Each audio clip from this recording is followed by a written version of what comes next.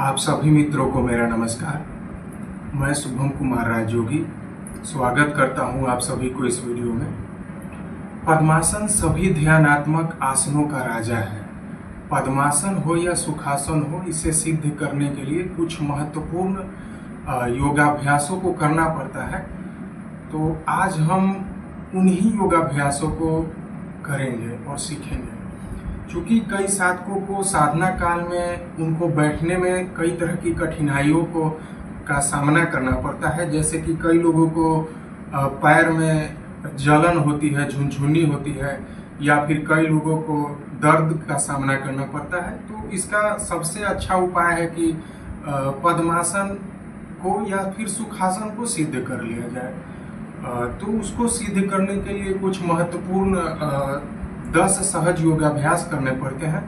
तो चलिए आज हम उन सभी योगाभ्यासों को करते हैं और साथ में सीखते हैं। तो सबसे पहले जो योगाभ्यास है, या आप सिंपली इसको अभ्यास कर सकते हैं, वो है पैरों की अंगुलियों को घुमाना। तो चलिए शुरू करते हैं इस अभ्यास को। तो सबसे पहले इस तरह से बैठ जाना है और इस अभ्यास को इस प्रकार से शुरू करना है। इसमें पैर के एरियो को सिंपली स्ट्रेच करना रहता है। तो चलिए शुरू करते हैं इस तरह से। आपको हूबहू इसी तरह करना है।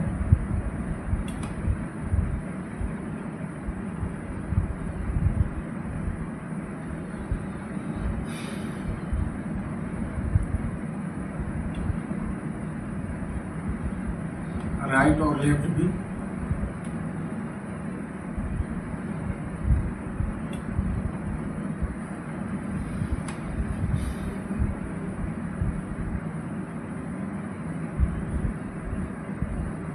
अब इसे क्लॉकवाइज और एंटी क्लॉकवाइज भी घुमाएंगे क्रमशः।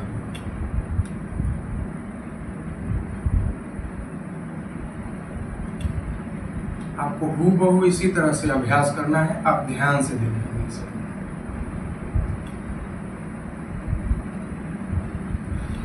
पद्मासन सिद्ध करना बहुत जरूरी है वैसे साधकों के लिए जो ध्यान और साधना वगैरह रेगुलर कर रहे हैं। क्योंकि पद्मासन सिद्ध होने से कई चीजें क्लियर हो जाती है, जो कि पोस्ट के माध्यम से बता दिया गया था। उसे आप अच्छे से एक बार पढ़ लीजिएगा।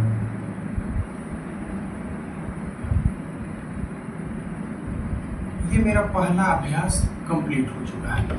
अब जो मेरा दूसरा अभ्यास है वो है तितली आसन। और तितली आसन के बारे में आप पहले पढ़े होंगे। तो चलिए शुरू करते हैं तितली आसन।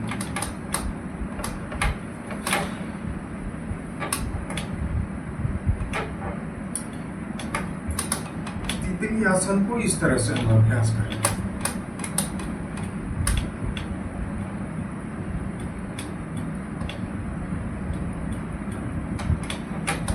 इस तरह से पैर को कर लेंगे और इस तरह से अभ्यास करेंगे।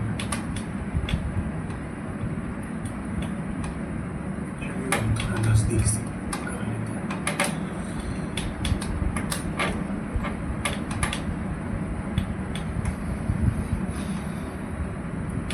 इन सभी अभ्यासों को आप योगा मैट या जो चटाई होता है उस पर बिछा करके अभ्यास करेंगे, या फिर बेड पर भी अभ्यास आप कर सकते हैं।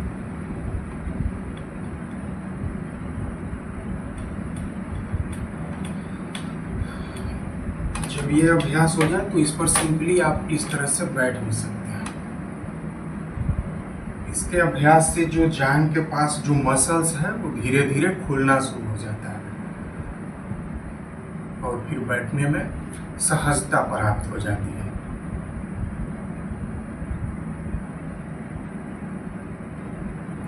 ये दूसरा अभ्यास हो गया। अब जो तीसरा अभ्यास है वो है जानु घुमासन। जानु मतलब होता है जंघा, और घुमासन मतलब कि घुमाना है इसको एक तरफ राइट साइड से और दूसरा लेफ्ट साइड से। तो चलिए शुरू करते हैं जानु घुमासन। सबसे पहले इस तरह से पैर को हम फैला लेंगे और इसको इस तरह से मोड़ लेना है। चलिए शुरू करते हैं जानु घुमासन। इस तरह से हूबहू इसी तरह से आपको अभ्यास करना है जिस तरह से यहाँ मैं सिखा रहा हूँ।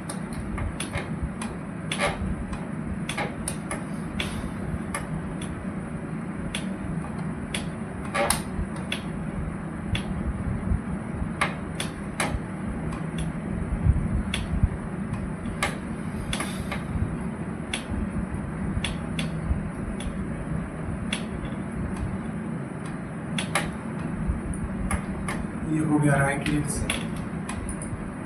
लेफ्ट लेग से भी इसी अभ्यास को करेंगे। चलिए,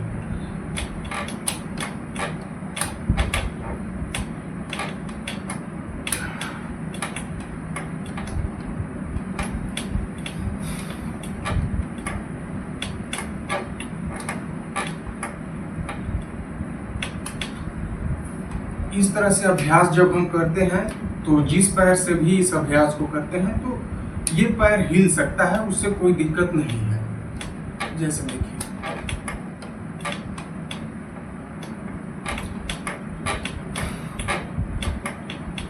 इस अभ्यास को आप क्रमशः 3 बार, न्यूनतम और अधिकतम 5 बार कर सकते हैं।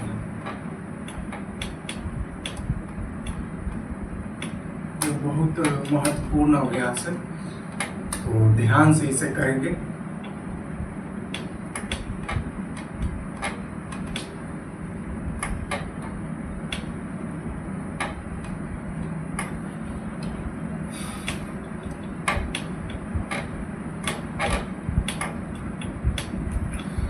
चलिए, ये मैं मानकर चल रहा हूं कि आपने इस जानु घुमासन को निम्नतम 3 बार और अधिकतम 5 बार कर लिया है।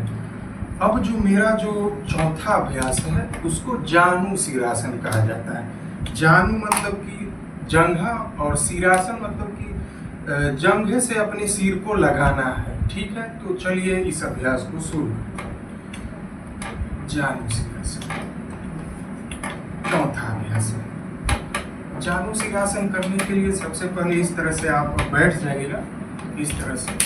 फिर दोनों में से किसी भी पैर को इस तरह से करेंगे और इस तरह से, इस तरह से अपने जो सर है, हेड को ठेहुने में लगा लेना है। और इसको आपका कोशिश होना चाहिए कि जो पैर है वो बिल्कुल सीधा रहे, एकदम एक वन लीनियर पोजीशन में रहे। और ये आपका इस तरह से रहेगा, ये भी नहीं उठना चाहिए। चलिए, इसी अवस्था में हमें कम से कम 10 से 20 सेकंड तक होल्ड करके रखना है।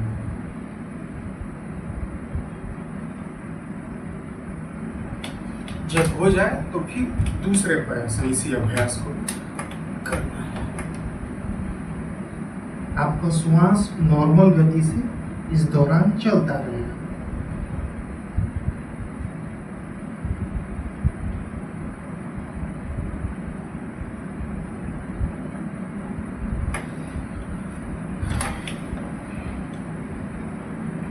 फिर इसी तरह से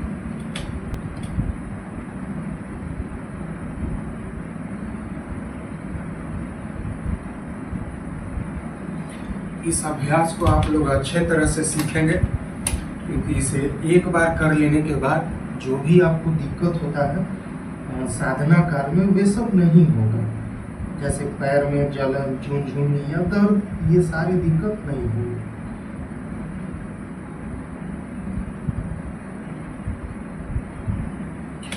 अभी मैं मानकर चल रहा हूँ कि आपने इस अभ्यास को 3 बार या 5 बार कर लिया है। तो अब जो हो गया मेरा जो 5वां अभ्यास है, जानु प्राणायामासन। जैसे प्राणायाम होता है ना, तो इसमें जानु भी है, मतलब जंघा का भी इस्तेमाल होगा, फिर प्राणायाम का भी इस्तेमाल होगा। जैसे कि देखिए, आप इस तरह से बैठ सकते हैं, इस तरह से। सबसे पहले तो इस तरह से बैठिए और फिर इसको इस तरह से पैर को कीजिए। तो इस तरह से पैर करना है और आपको जैसे इसको ऊपर लाते वक्त हमको श्वास को भरना है अपने छाती में, और इसे नीचे करते वक्त श्वास को बाहर निकालना है। इसीलिए इसमें इसको इसीलिए कहा जाता है जानु प्राणायामासन, क्योंकि इसमें जंघा और प्राणायाम मतलब श्वास का आवागमन का भी इस्तेमाल किया जा रहा है। तो चलिए शुरू करते हैं।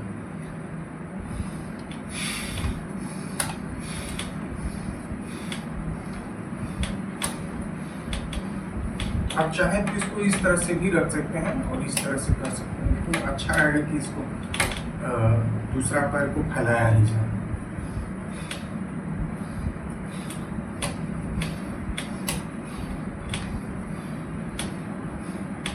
फिर से ध्यान दीजिएगा, श्वास लेते समय पैर को ऊपर उठाना है और श्वास से छोड़ते समय पैर को नीचे पटकना है। इससे ये जो जंघा का जो मसल्स है वो भी खुलता है, कि बैठने में सहूलियत होती है। तो चलिए शुरू करते हैं।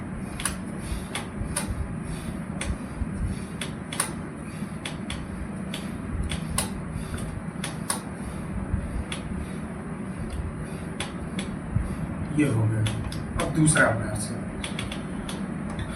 श्वास लेते समय पैर को ऊपर करना है और श्वास छोड़ते समय नीचे करना है।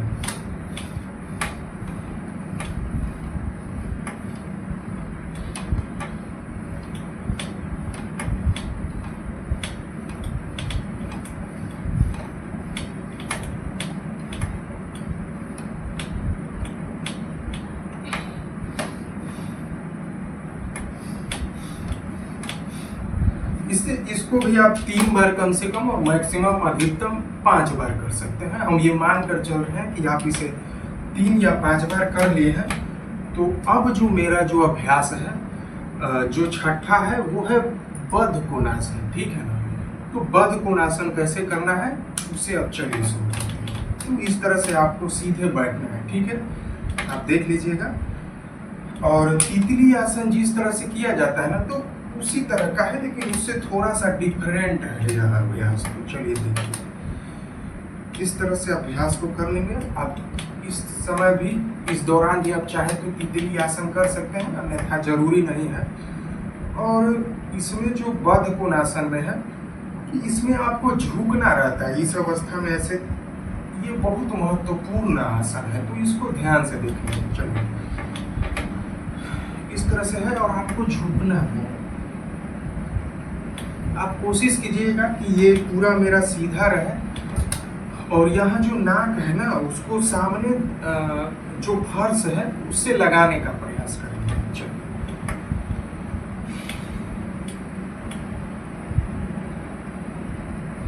हो सकता है कि प्रथम बार में ये न हो पाए। धीरे धीरे अभ्यास से चीजें अनुकूल हो जाएगी, तो आपको घबराना नहीं है। और इस तरह से आपको इसी तरह से इस अवस्था में 2 से 3 मिनट तक, 2 से 3 मिनट नहीं, 2 से 3 सेकंड तक आपको होल्ड करना है। या अधिकतम आप 10 सेकंड भी कर सकते हैं, लेकिन वो बहुत बाद में, जब अभ्यास करते करते आप जब इसका आदी हो जाएंगे तब वो ऐसे करेंगे। चलिए,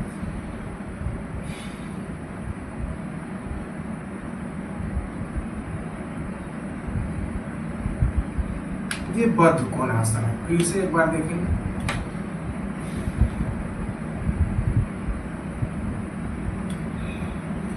इस दौरान भी आपका श्वास नॉर्मल गति से चलेगा, तो इस बात का ध्यान रखिएगा। अब जो 7वां अभ्यास है वो है वीरासन कहलाता है। और वीरासन 2 प्रकार से किया जाता है। तो एक होता है बैठ करके और दूसरा होता है खड़े होकर के। तो यहाँ हम दोनों ही अभ्यास को करेंगे। सबसे पहले हम बैठ करके करते हैं वीरासन। तो चलिए शुरू करते हैं। वीरासन के लिए सबसे पहले हम अपने पैर को, दोनों पैर को फैला लेंगे और इस तरह से पूरा एकदम ढीलापन रहेगा, कहीं किसी प्रकार का स्ट्रेच नहीं करना है। तो चलिए शुरू करते हैं।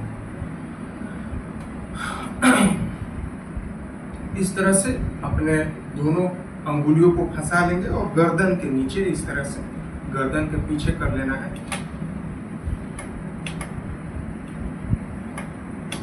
श्वास सबसे पहले भर लेना है हमें और इस तरह से झुकते वक्त श्वास निकालना है। चलिए,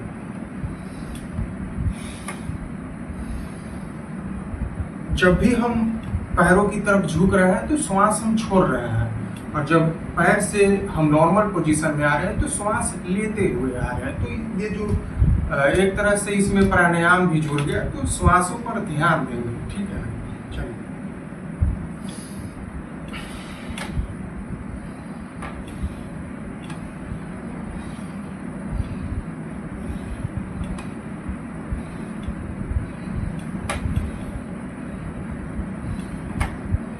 इसे आप 15 से 20 बार अधिकतम कर सकते हैं। 21 बार।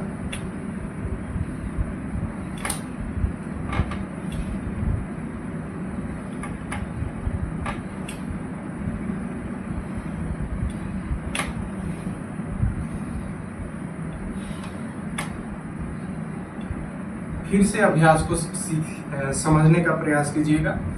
जब हम झुक रहे हैं तो श्वास छोड़ते हुए झुक रहे हैं, और जब हम नॉर्मल पोजीशन में आ रहे हैं तो श्वास भरते हुए आ रहे हैं।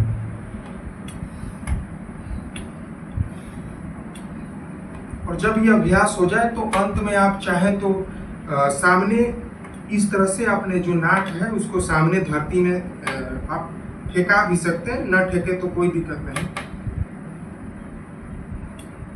हालांकि इसके लिए बहुत ज़्यादा अभ्यास की आवश्यकता होती है, कम से कम 1 से 1.5 माह या 2 माह 3 माह तक।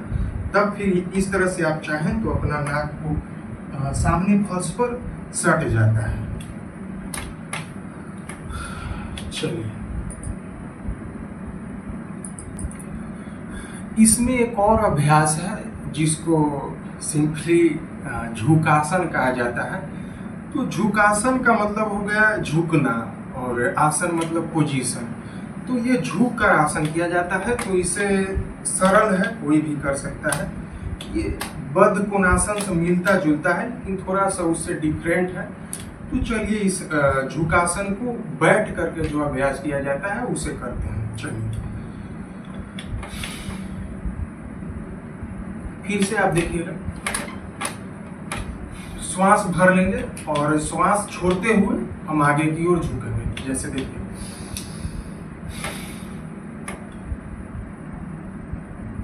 और जब हम झुकते हैं तो फिर हमारा जो श्वास है वो नॉर्मल गति से चलता रहेगा। श्वास पर श्वास हम लेते छोड़ते रहेंगे नॉर्मल गति से, सामान्य गति से। ये जो पैर है इस अभ्यास के दौरान इसे एकदम बिल्कुल सीधा रखने का प्रयास करना है। ठीक है, देखिए,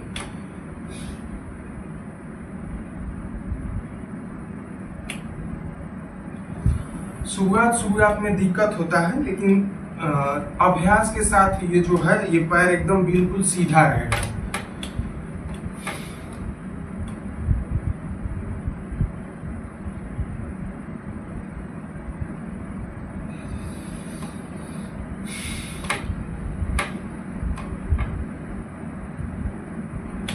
चलिए, अब हम ये मान कर चल रहे हैं कि आपने इसे निम्नतम 3 बार और अधिकतम 5 बार इस अभ्यास को कर लिया है।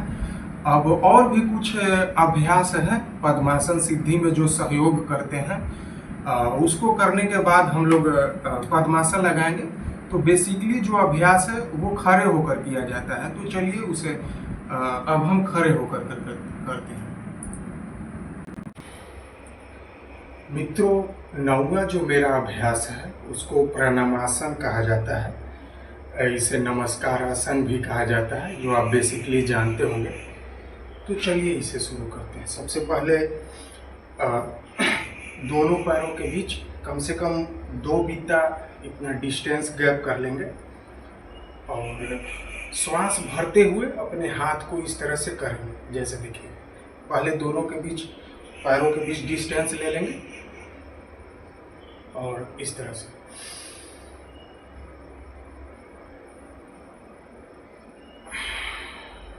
जब हम नीचे बैठेंगे तो मेरा श्वास नॉर्मल गति से चलता रहेगा। अब उठ जाइए।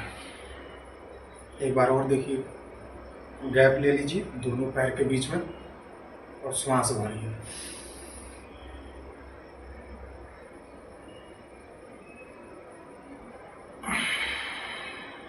आपका पीछे का जो पीठ है, जो रीढ़ है, उसको सीधा रखने का प्रयास कीजिएगा। जब बैठेंगे तो नीचे श्वास मेरा नॉर्मल गति से चलता रहेगा। चलिए एक बार पीछे से करके हम दिखा देते हैं। इस तरह से श्वास भरेंगे,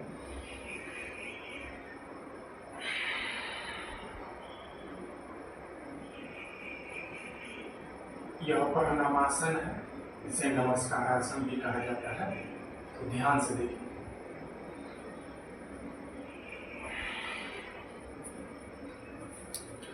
इसके बाद एक और अभ्यास होता है जिसको कमरासन के नाम से जाना जाता है। कमरासन का इसमें है कि बेसिकली कमर का ही इस्तेमाल किया जाएगा।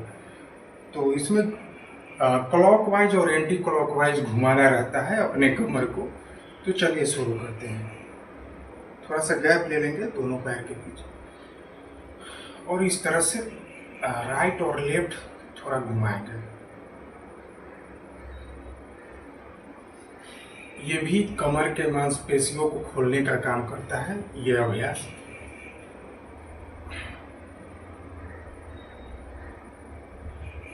और इससे पहले जो हम नमस्कारासन और प्रणामासन कर रहे थे, तो इसको भी आप 5 बार निम्नतम या 3 बार निम्नतम कर लीजिएगा, ठीक है ना। चलिए, ये है आपका कमर आसन। इसको अभी एंटी क्लॉकवाइज हम लोग घुमा रहे हैं और फिर क्लॉकवाइज घुमाएंगे। आपका रीढ़ सीधा रहे, ध्यान से। ये मेरा 10वां अभ्यास हो रहा है कमर आसन, फिर एंटी क्लॉकवाइज यानी घड़ी की विपरीत दिशा में। और ध्यान से देखिएगा। अब ये मैं मानकर चल रहा हूं कि आपने 3 बार क्लॉकवाइज और 3 बार एंटी क्लॉकवाइज इस अभ्यास को कर लिया है। अब जो मेरा 11वां और लास्ट जो अभ्यास है वो है वीरासन, खड़े होकर। ये थोड़ा कठिन है और इसको अभ्यास अगर आप कर पाए तो ठीक है, नहीं तो सिंपली जो बैठकर जितना भी अभ्यास है करने वाला, जो बैठ करके जो भी पद्मासन सिद्धि में अभ्यास है, तो आप सिंपली केवल उसे भी कर सकते हैं। तो चलिए, लास्ट जो अभ्यास है वीरासन हम लोग करते हैं। तो हम लोग वीरासन का अभ्यास खड़े होकर कर रहे हैं। तो दोनों पैरों के बीच कम से कम 4-5 बित्ता का डिस्टेंस ले लेंगे और फिर इस तरह से हाथ को करेंगे। और थोड़ा ले लेते हैं इस तरह से। एक पैर पे आपको इस तरह से टिकना है, थोड़ा दिक्कत होता है, देख लीजिए। ये दूसरा होगा।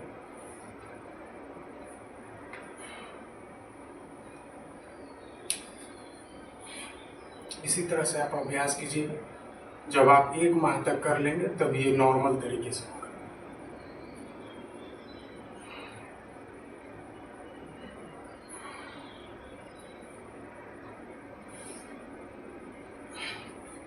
तो ये मैं मानकर चल रहा हूँ कि इसे भी आपने 3 बार निम्नतम और अधिकतम 5 बार कर लिया है। तो ये हो गया पद्मासन या सुखासन को सिद्ध करने के लिए जो भी महत्वपूर्ण 10-11 अभ्यास थे वो होगा। और इसके बाद अब हम पद्मासन लगाएंगे। चलिए दोस्तों, अब हम पद्मासन लगाते हैं। तो पद्मासन लगाने के लिए सबसे पहले आप अपने पैर को फैला लेंगे और इस तरह से सबसे पहले बैठ जाएंगे पालथीनिया मारकर। तो ये जो पालथीनिया मारकर हम लोग बैठते हैं ना, इसे ही सुखासन कहा जाता है। और सुखासन में भी लंबे समय तक बैठने के लिए अभ्यास करना पड़ता है, जो कि हम पहले ही 10-11 अभ्यास कर चुके हैं। अब पद्मासन हमको लगाना है। तो पद्मासन लगाने के लिए हमारा जो दायां पैर है उसको बाएं पैर पर सबसे पहले रखेंगे, ठीक है। और फिर ये जो मेरा बायां पैर है, पहले दायां पैर को हम बाएं जंघे पर रखें और फिर ये बायां पैर है उसको दाएं जंघे पर रखते हैं। ये मेरा हो गया पद्मासन। यही है सभी ध्यानात्मक अर्थात सभी बैठक आसनों का राजा है। ये है पद्मासन। कुछ लोग अर्ध पद्मासन भी लगाते हैं। तो अर्ध पद्मासन कैसे लगाया जाता है उसे भी देख लेते हैं। तो अर्ध पद्मासन का मतलब हो गया आधा पद्मासन, मतलब एक पैर को आपको नीचे रखना होगा। जैसे देखिए, अगर हम इस तरह से बैठते हैं, इस तरह से, तो ये भी हो गया मेरा अर्ध पद्मासन, ठीक है ना। अर्ध पद्मासन ये मेरा हो गया।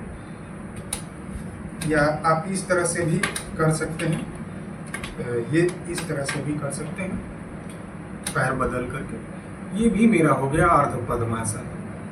ठीक है, तो पद्मासन में हम आ जाते हैं। तो चलिए अब मैं कुछ थोड़ा मुद्राओं का ज्ञान दे देता हूँ। तो मुद्रा मेनली जो ऐसे तो कई प्रकार के होता है, लेकिन ध्यान में जो मैक्सिमम जो यूज किया जाता है मुद्रा वो 3 ही होता है। सबसे पहले हो गया ये ज्ञान मुद्रा। तो ध्यान दीजिएगा, ज्ञान मुद्रा हो गया। इस तरह से आप फिंगर को राउंड कर लेंगे और इस तरह से करेंगे तो ये ज्ञान मुद्रा हो गया। और अभी हम बैठे हुए हैं पद्मासन में। ज्ञान मुद्रा हो गया और इसे ध्यान मुद्रा कहा जाता है। अपने बाएं जो हथेली है उसके ऊपर दाएं हथेली रखना है, यानी लेफ्ट हैंड के ऊपर राइट हैंड। ये मेरा हो गया ध्यान मुद्रा। ठीक है, हमेशा याद रखिएगा, ध्यान हमेशा ध्यान मुद्रा में ही किया जाना चाहिए। ठीक है, इस तरह से ध्यान मुद्रा हो गया। एक और होता है जिसको ब्रह्मांडीय मुद्रा या फिर गुप्त मुद्रा के नाम से जाना जाता है। तो उसे एक्चुअली उसे कैसे किया जाता है उसे ध्यान से देखिएगा। तो अपने जो अंगुलियां है ना, दोनों अंगुलियों को दोनों हाथों की अंगुलियों में फंसा लेते हैं। यही आपका हो गया ब्रह्मांडीय मुद्रा, या फिर आप इसको गुप्त मुद्रा भी कह सकते हैं। वैसे तो कई सारी गुप्त मुद्राएं हैं, तो केवल इसे ही गुप्त मुद्रा कहना उचित नहीं होगा, तो इसे ब्रह्मांडीय गुप्त ब्रह्मांडीय मुद्रा कह सकते हैं। तो इस तरह से आप फंसा लेते हैं, तो ये हो गया आपका ब्रह्मांडीय मुद्रा। इस मुद्रा में भी ध्यान किया जा सकता है, खासकर वैसे लोग जो अपना आत्मविश्वास बढ़ाना चाहते हैं या जिनका आत्मविश्वास कमजोर है, तो वे भी इस मुद्रा में ध्यान करके अपना आत्मविश्वास, सेल्फ कॉन्फिडेंस और सेल्फ पेशेंस काफ़ी बढ़ा सकते हैं। और तो इस तरह से, या फिर सिंपली इस तरह से भी लोग करते हैं, इस तरह से करते हैं, इस तरह से। तो ये भी हो गया ब्रह्मांडीय मुद्रा। अंगूठा को इस तरह से करते हैं, या फिर सिंपली इस तरह से भी कर सकते हैं, या कुछ लोग इस तरह से भी बैठते हैं, इस तरह से। आपने कई योगियों को देखा होगा, जैसे लाहरी महाशय हो गए या फिर परमहंस योगानंद जी हो गए, तो इन लोगों इस तरह से बैठते हैं। तो इस तरह से भी आप बैठ सकते हैं और ध्यान कर सकते हैं। ये भी ब्रह्मांडीय मुद्रा है। तो ब्रह्मांडीय मुद्रा 3 प्रकार से हम लोग कर सकते हैं। एक तो इस तरह से अंगुलियां फंसाकर इस तरह से कर लीजिए। इस मुद्रा में आप बुद्ध को बैठे हुए देखे होंगे, या फिर आप इस तरह से बैठिए, इस तरह से बैठिए ब्रह्मांडीय मुद्रा, या फिर इस तरह से बैठिए। तो ये 3 मुद्रा हो गया बेसिकली मोस्ट इम्पोर्टेंट, जो ध्यान में लगाया जा सकता है। लेकिन इन तीनों में जो सबसे श्रेष्ठ है वो ध्यान मुद्रा ही है, इस तरह से। तो ये हुआ आज का अभ्यास पद्मासन सिद्धि के लिए। तो आप इन अभ्यासों को कीजिए डेली। अगर आप 7 दिन भी अगर आप करते हैं तो 7 दिन में ही पद्मासन या सुखासन सिद्ध हो जाएगा। उसके बाद आप किसी तरह से भी बैठ करके माला जप कीजिए या फिर ध्यान कीजिए। ये बिल्कुल जो पैर का जो सर्कुलेशन है, ब्लड सर्कुलेशन, वो खुला हुआ रहेगा और आप घंटों बैठकर मंत्र जप कर सकते हैं या ध्यान कर सकते हैं, कोई दिक्कत नहीं होगी। अगर आपने 2-3 माह भी अगर अभ्यास कर लेते हैं ना, अगर मैक्सिमम हम कर रहे हैं 1 सप्ताह में तो सिद्ध हो ही जाता है। अगर 2 से 3 माह अगर आप कर लेते हैं तब तो फिर आप 24 घंटा भी बैठ करके पद्मासन में, या फिर साल हो, वर्षों तक अगर आप पद्मासन में बैठ करके ध्यान लगाते हैं समाधि में, अब जैसे 10 साल के लिए आप लगाते हैं, 100 वर्ष के लिए भी समाधि लगाते हैं, तो भी आपको कभी भी पैर में कोई दिक्कत नहीं होगी। ठीक है ना। आप इस तरह से आप बैठ करके पद्मासन लगा सकते हैं। ध्यान रखिएगा, पद्मासन के सिद्ध होने से ध्यान का प्रथम चरण ऑटोमेटिक सिद्ध हो जाता है, क्योंकि ध्यान का जो प्रथम चरण कहता है कि आपको स्थिर बैठना है। यानी अगर आप स्थिर बैठना सीख जाते हैं तो एकाग्रता अपने आप आ जाएगी। ठीक है ना। तो अगर आप स्थिर बैठना सीख जाते हैं, अगर आप स्थिर आराम से बैठना सीख जाते हैं तो एकाग्रता अपने आप आ जाएगी। एकाग्रता पूर्णतः शरीर के स्थिर बैठने पर निर्भर करता है, तो इस बात को ध्यान रखिए। तो चलिए आज का अभ्यास हम समाप्त करते हैं। आप अभ्यास करते रहिएगा। ठीक है, धन्यवाद।